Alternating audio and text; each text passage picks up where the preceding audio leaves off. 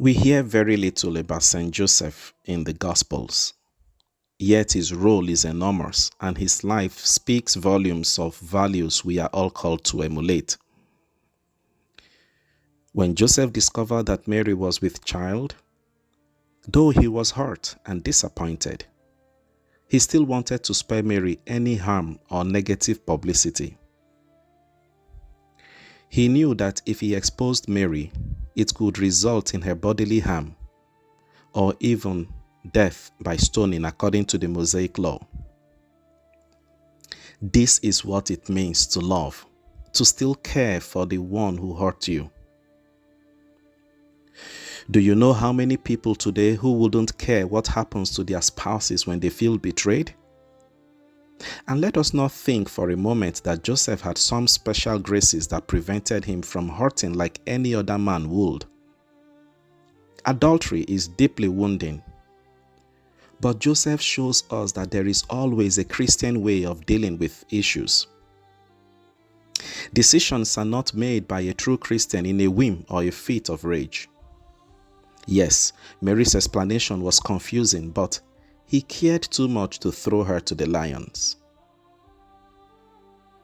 He reminds me of what a colleague of mine once said, that everyone is entitled to their good name and dignity. Joseph proves what scripture says in 1 Corinthians chapter 13, verses 5 to 7. The love does not dishonor others. It is not self-seeking. It is not easily angered. It keeps no record of wrongs. Love does not delight in evil, but rejoices with the truth.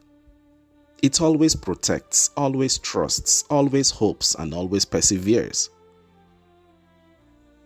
You know, we live in a time where our sensibilities and egos are so fragile.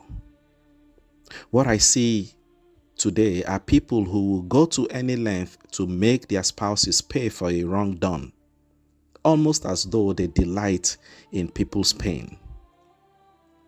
Couples fight dirty as if they were never in love, quibbling about who gets what. Hardly would you see anyone looking out for the other person or even for the children. Secrets once held in trust are now told everywhere simply because it might damage the other person's name and character. Dear friends, the mark of love, like faith, is fidelity. It is about how we treat each other with care, not only when all is well, but even when things turn sour. The true character of a person is revealed in how they act in difficult situations. Joseph was also a man of prayer and a man of honor. Scripture says that when he woke up, he did exactly what the angel of the Lord told him to do. He could well still be hurt or confused, but like Mary, this was his fiat, his profound acceptance of God's will and plans. He must have had his own plans, but that day he committed to God's. And like Mary, he stayed committed to the plan till the end.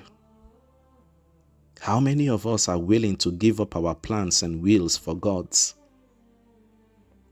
How many of us are perceiving and discerning enough to even know what God expects of us?